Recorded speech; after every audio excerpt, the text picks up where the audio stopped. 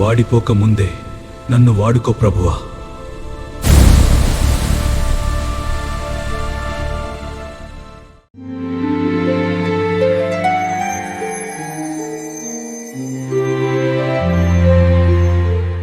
మన ప్రభువును మన రక్షకుడు అయిన యేసుక్రీస్తు నామమున అందరికీ వందనాలు, దేవునికి స్తోత్రాలు. మనలను సజీవ లెక్కలో లెక్కించి మరొక నూతన దినమును మన బ్రతుకులలో అనుగ్రహించిన సర్వోన్నతుడైన దేవుడు, సర్వ సృష్టికర్త అయిన దేవుడు, కృపగలిగిన యేసుక్రీస్తు ప్రభువు నామమున మీ అందరికీ వందనాలు. ఆ దేవాది దేవుడు ఈ నూతన దినములో మనకు అనుగ్రహించిన పరమ వాక్య ధ్యానము కృపావార్త. పరమగీత గ్రంథము 2వ అధ్యాయము 15వ వచనము. మన ద్రాక్ష తోటలు పూతపెట్టి ఉన్నవి, ద్రాక్ష తోటలను చెరుపు నక్కలను పట్టుకొనుడి, సహాయము చేసిన గుంట నక్కలను పట్టుకొనుడి.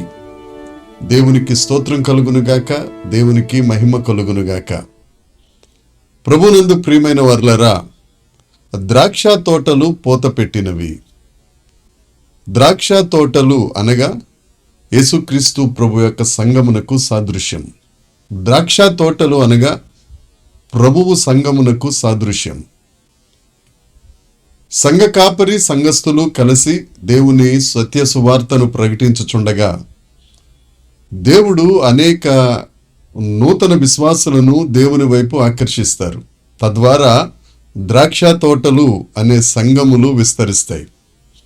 యోహాను సువార్త 15వ అధ్యాయం 1వ వచనాన్ని మనం గమనిస్తే, నేనే నిజమైన ద్రాక్షావల్లిని, తీగెలు మీరు. ఎవరైతే యేసుక్రీస్తు ప్రభువునందు రక్షణ పొంది యేసుక్రీస్తు ప్రభు చేత దేవుని యొక్క కృపలోనికి వారు అడుగుపెట్టి ఆత్మను పొందుకున్నారో వారందరూ ఆ ద్రాక్షావల్లి అయిన యేసుక్రీస్తు ప్రభుతో అంటుకట్టబడిన వారై యేసుక్రీస్తు ప్రభులో ఉన్న సారమును గ్రహించి యేసు ప్రభువును పోలిన వారిగా బ్రతకడానికి దేవుడు కృప వారికి అనుగ్రహిస్తారు. తద్వారా ద్రాక్ష తోటలు ఏర్పడతాయి, దేవుని సంఘములు విస్తరిస్తాయి. యెషయా గ్రంథం 5వ అధ్యాయం 1వ వచనం నుంచి 4వ వచనం వరకు మనం చూడగలిగితే, సత్తువ గల భూమిలో శ్రేష్టమైన ద్రాక్షావల్లిని దేవుడు ఆయన మొలకెత్తించారు. ఆ ద్రాక్షావల్లి దేవుని యొక్క కృపలో ఎదుగుతూ ఉండాలి. ఆ ద్రాక్షావల్లి దేవుణ్ణి పోలినదిగా, దేవుని సువాసన కలిగినదిగా ద్రాక్షావల్లి, దేవుని సంఘం అభివృద్ధి చెందుతూ ఉండాలి.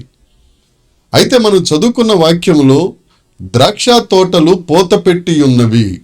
పూతపెట్టుట అనగా ఒక విశ్వాసి నూతనముగా రక్షించబడి విశ్వాస జీవితంలోనికి అడుగు పెట్టిన తొలి దశ. ఆత్మీయతలో అప్పుడప్పుడే ఎదుగుతున్న తొలి దశను పూత దశ అని అంటారు. ద్రాక్ష తోటలు పూత పెట్టినవి, అవి పూత పెట్టాలి, అవి పువ్వులుగా మారాలి.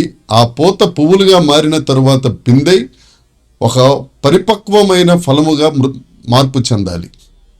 అంటే యేసుక్రీస్తు చేత రక్షింపబడిన మనం యేసుక్రీస్తు ప్రభువు వలన ఆ రక్షణ భాగ్యంలోనికి ప్రవేశించిన మనం ఆత్మీయతలో ఎదగాలి, ఆత్మీయతలో ఫలించే జీవితంలోనికి మనం రావాలి, ఆత్మీయ అనుభవంలో ఎదిగే వారిగా ఉండాలి.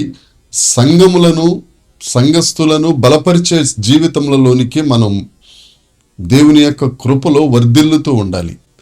ఎప్పుడైతే మనం దేవుని యొక్క కృపలో వర్ధిల్లుతుంటామో, ఆత్మీయతలో అభివృద్ధి చెందుతూ ఉంటామో, నక్కలు, గుంట నక్కలు ఆ తోటను పాడు చేయటానికి ప్రయత్నం చేస్తాయి.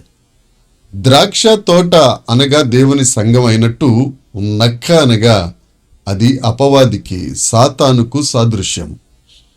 సాతాను తన అనుచర గణాంగం, సాతాను దాని తోటి దురాత్మల సమూహం ఆత్మీయతలో ఎదుగుతున్న వారిని పూత దశలో నుండి పువ్వు దశలోనికి, పువ్వు దశలో నుండి పిందె దశలోనికి, పిందె దశలో నుండి ఫల దశలోనికి వస్తున్న దేవుని యొక్క బిడ్డలను ఆత్మీయతలో పాడు చేయటానికి ఈ గుంట నక్కలు ఎప్పటికప్పుడు ప్రయత్నం చేస్తూనే ఉంటాయి.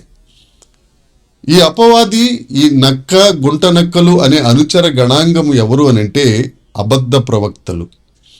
దేవుని బోధ నుండి దేవుని ప్రజలను తప్పించే దేవుని యొక్క ప్రవక్తలు. మత్తయి సువార్త 7వ అధ్యాయం 15వ వచనాన్ని మనం చూసినా, అపోస్తల కార్యాలు 26వ అధ్యాయము 28వ వచనం 29వ వచనం చూసినా, అబద్ధ ప్రవక్తల విషయమై జాగ్రత్తగా ఉండండి. వారు గొర్రె చర్మము కప్పుకొనిన తోడేళ్ల వలె మీ మధ్యన సంచరించుచున్నారు గనుక వారి పట్ల జాగ్రత్తగా ఉండండి దేవుని యొక్క వాక్యం తెలియజేస్తుంది. యేసుక్రీస్తు ప్రభు హేరోదును కూడా నక్కతో పోల్చి మాట్లాడిన సందర్భాన్ని మనం గమనించగలుగుతాం. ఎందుకు యేసుక్రీస్తు ప్రభు హేరోదుని నక్కతో పోల్చారు అని అంటే, యేసుక్రీస్తు ప్రభు బాల్య దశలో ఉన్నప్పుడే ఆ యేసుక్రీస్తు ప్రభువుని హత్య చేయటానికి యుక్తిగా ప్రవర్తించిన వాడు హేరోదు రాజు. నక్కకు గుంట నక్కకు ఉన్న కుయుక్తి లక్షణములన్నీ హేరోదు రాజు కలిగి ఉన్నాడు కాబట్టి యేసుక్రీస్తు ప్రభువు ఆ హేరోదును నక్కతో పోల్చారు. అలాగే ఈ రోజుల్లో సంఘమును పాడు చేసే, ద్రాక్ష తోటను పాడు చేసే నక్కలు, గుంట నక్కలు సంఘంలో తిరుగాడుతున్నాయి. అబద్ధ ప్రవక్తలు, అబద్ధ బోధలు, దేవుని యొక్క బోధ యొక్క లేకపోతే దేవుని యొక్క ఆజ్ఞలను, దాని తీవ్రతను తేలికగా తీసుకునే బోధలు సంఘంలో ఎక్కువైపోయాయి. ఎవరైతే ఆత్మలో ఎదుగుతున్నారో, ఎవరైతే దేవునికి చేరువవుతున్నారో వారందరినీ పాడు చేసే వారే ఈ అబద్ధ ప్రవక్తలు, అబద్ధ బోధలు, లేదంటే నక్కలు, గుంట నక్కలకు సాదృశ్యమయ్యారు. హెస్కేలు గ్రంథం 13వ అధ్యాయం 4వ వచనం చూస్తే, ఇశ్రాయేలీలారా, మీలో ఉన్న ప్రవక్తలు పాడైన స్థలములలో నక్కలను పోలి ఉన్నవారని దేవుడు హెస్కేలు ప్రవక్తతో చెప్తాడు. దేవుని యందు ప్రియమైన వర్లారా, మనము ద్రాక్ష తోటలై దేవుని సంఘములో ఉన్న తరువాత పోత పెడుతున్న నూతన విశ్వాసులను పాడు చేసే నక్కలను, గుంట నక్కలను మనం పట్టుకోవలసిన వారమై ఉన్నాం. ఈ అబద్ధ ప్రవక్తల నుండి, ఈ అబద్ధ బోధల నుండి దేవుని యొక్క ఆజ్ఞలలో ఉన్న ఆ తీవ్రతను తగ్గించి పర్వాలేదులే అనే ఒక రకమైన పరిస్థితిలోనికి తీసుకెళ్తున్న భయంకరమైన నక్కలను తోలివేయాలి.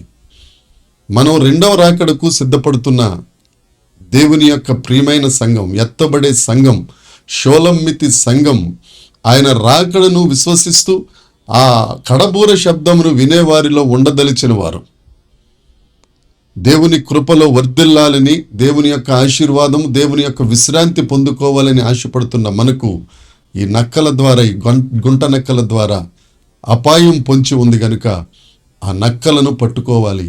ఆ గుంట నక్కలను పారద్రోలవలసిన పరిస్థితిలో ఉన్నాం. ఎవరైతే పూత దశలో ఉన్నారో, ఎవరైతే ద్రాక్ష తోటలను విస్తరింపచేసే పనిలో ఉన్నారో వారందరి కొరకు మనం ప్రార్థన చేయవలసిన వారు ఉన్నాం. వారి కొరకు ప్రార్థన చేద్దాం. అనేక మందిని దేవుని రాకడకు సిద్ధపరిచే, దేవుని కృప పొందుకొనిన వారిగా మీరందరూ నివసించాలని, జీవించాలని దేవుని సేవకునిగా కోరుకుంటూ, ఆశిస్తూ ఈ వాక్యము మనందరిలో మన వినికిడిలో ఆశీర్వదించబడినట్లు కృప చూపునుగాక. ప్రార్థన చేసుకుందాం. పరలోకమందున్న మా తండ్రి, పరిశుద్ధుడా, కృప కలిగిన దేవా, మీకు వందనాలు చెల్లిస్తున్నాం తండ్రి. మా రక్షకుడా, నీకు స్తోత్రాలు చెల్లిస్తున్నాం. దేవా, ఈ దినమున మీరు మాట్లాడిన మాటను బట్టి ద్రాక్ష తోటలు పోత పెడుతున్నాయి. దేవనైన క్రీస్తు సంఘములు, యేసుక్రీస్తును నమ్ముకొనిన వారు, నూతనముగా సంఘములో చేర్చబడిన వారు ఆత్మీయతలో పోత పెడుతుండగా నక్కలు, గుంట నక్కలు ఏ విధంగా తోటను పాడు చేస్తున్నాయో ప్రభువనైనా అబద్ధ బోధలు, అబద్ధ ప్రవక్తలు సంఘములను పాడు చేయుచుండగా వారి కొరకే ప్రార్థించు వారిగా, ఆ నక్కలను, గుంట నక్కలను పారద్రోలు వారిగా, చెదరగొట్టు వారిగా, బలవంతులుగా నీ కృపలో వర్ధిల్లుటకు సహాయం చేయమని, మహిమ పొందుమని యేసుక్రీస్తు నామమున ప్రార్థించి అడిగి వేడుకొనుచున్నాము తండ్రి. ఆమేన్. దేవుని కృప మనందరికీ తోడై ఉండునుగాక. ఆమేన్, ఆమేన్, ఆమేన్.